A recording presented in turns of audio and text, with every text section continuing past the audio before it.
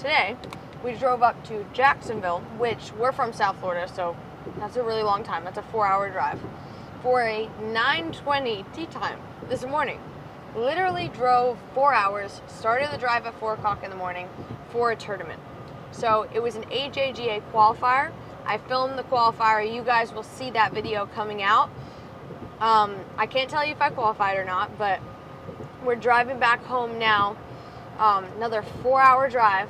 So I got 4 hours basically to do this. No, it's not going to be a 4-hour long video. Don't worry about that. So yeah, I'm going to answer some questions. This is the mini vlog number 2. I played really well actually today. It was a good day. It was solid, you know. I don't play practice rounds ever. It's just not what I do. I'm just kind of like chilled out when it comes to this stuff. That I just go and I'm like, I asked the other girls, I'm like, hey, what's on this hole? Is there water on this hole? And they're like, so I just have to trust them. And sometimes they're lying to me, and that's fine. But most of the time, they're pretty good about it. All right, so let's do question number 1. Scrolling through. Oh, I like this one. I'm a product of junior golf, and I've had many memories from this game. I want to hear about your worst start to best finish from any round. I would also like to know what's your longest subpar streak, the number of consecutive holes at birdie or better in a row. So I've had, I think I'm not good with stats and stuff. I think the longest subpar streak, like birdies in a row, I've had 4 birdies in a row once.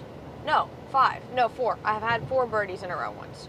My best score ever was 8 under, which I broke the school record on at my school, which is a pretty big school. And I broke the boys and girls all-time school record, so I'm very proud of that. I shot 8 under. Great day. Everything was going well. Also, they want to know your worst start to best finish from any round. Oh, so I guess comeback. Oh man, I'm not good with stats. I would say I think I've had a couple rounds where I've actually done a lot of rounds that have just come back really well. Oh yeah, I think I have one. I had one that was 3 over on 9 holes, and then I came back on the back 9 and shot for like 4 under. I don't know if that's my best. It's just the most recent that I can remember, so I'm not actually sure. I wish I had like the exact stat for you, but I like that question. That's a good one. I've definitely had rounds that I'm like 5, 6 over on the front 9 and shot even on the back 9, like even total. So I've had really, really comeback rounds. I know you're loving creating content. We love watching. Thank you. But my question is twofold. Do you think the camera and always talking to us through it hinders you from becoming a better golfer? And will the channel end when you go off to college and focus on dominating on the course there? So this is a question I actually get a lot. 1, no. I really don't think that the camera hinders my golf ability at all. In fact, I was just talking about this with my grandpa, actually.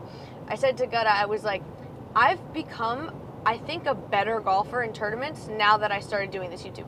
Like, it gives me confidence. I was always lacking confidence, I think, in junior golf tournaments. Now I go into tournaments and I'm so confident. Like, I just feel so good about myself. And I don't think it's because of the success on YouTube. Obviously, I love the support from you guys, but it's not about the success. It's more just feeling like if I can talk in front of a camera and videotape and do live streams for golf on 5 holes or whatever, I can conquer this tournament. And so, yes, I've actually become a better golfer in my eyes with the camera. I want to film a junior tournament. I think that talking through it and actually talking to you guys helps me because I like to be distracted when I'm playing a junior tournament. Actually, spoiler alert, today I lost something. I lost something on the golf course and I was so distracted by it, but I played better. Because I just don't know why. I just feel whenever I'm distracted on the golf course, like, distract me. That I don't want to be thinking about the golf. Just how I've always been. Like, I don't want to be stressed out about playing. Like, this is supposed to be a game. Obviously, you have to be super zoned in. But I just want to feel relaxed out there. Like, I don't want to put stress on myself. Junior tournaments have enough stress. I've seen so many kids get crushed by stress.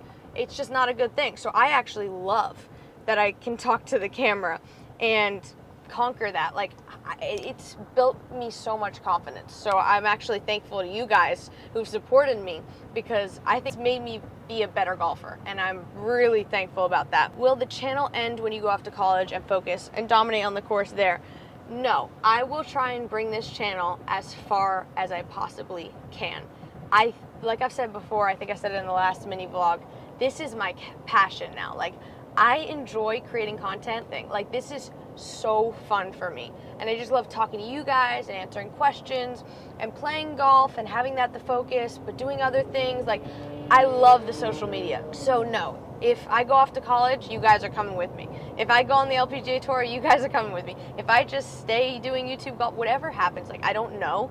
But if whatever happens, I'm going to bring you guys with me. That's my goal. That's what I love. So that's what's going to happen. Whatever I can do, as far as I can go. Also, I was talking to someone, and it actually dawned on them. They were like, holy cow, like, that's a lot of followers. If you were to make the LPGA, I don't know, if that were to happen, I don't really know if that's going to happen, but if it were, or just women's golf, you can take those followers and bring them to the LPGA, bring them to women's golf, and that would be like the max amount of people the LPGA has ever had following a tournament or your career. And I'm like, yeah, wow, like, that's a lot of people. And those people would support, and we can't do that without you guys supporting the channel. But if something were to happen where I go to play professional golf or college golf, like, that would be the max amount of people that we've ever had in women's golf, following women's golf. So that's just incredible.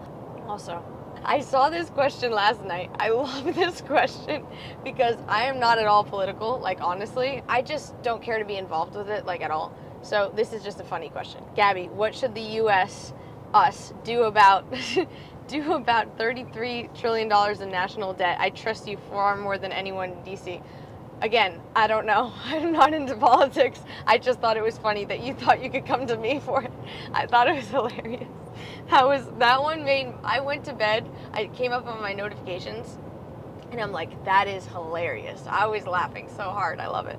I love that. I'm not political, but I just thought that was funny. The people in my inner circle know that I'm, like, not political on either side at all. I want nothing to do with it. And they know why, so if you're watching, you know why. But I just think it was hilarious that that was the comment. As far as $33 trillion in debt goes, I'm going to try and figure out YouTube ad revenue first and the financial piece of this first before I do anything with money. And then we can start chipping away at the $33 trillion. All jokes aside, though, I want to be very clear about this platform. In all social media platforms, when I'm sharing a tip or a trick, and I'm trying to help you guys in the most positive way about golf, even if I'm talking about an opinion that has nothing to do with golf, I'm sharing my opinions. They're only stuff that has worked for me. I'm not saying that it will work for everybody. Like, for example, when I'm putting, I do left hand low, and I get questions a lot of the time about my putting grip. Just as an example, I want to share what I use and what's worked for me, not saying that that's the best way to putt. I really don't know if it is. I'm just trying to share my tips in the most positive way possible. I really enjoy helping others out. If I can help people in junior golf or getting kids into junior golf, and if you're just looking for a tip, I'm trying to help, but these are my opinions. I'm not saying they work for everybody. So I want to be very clear on that. Also, tomorrow I've got a really good question that I want to answer, so stay tuned for that.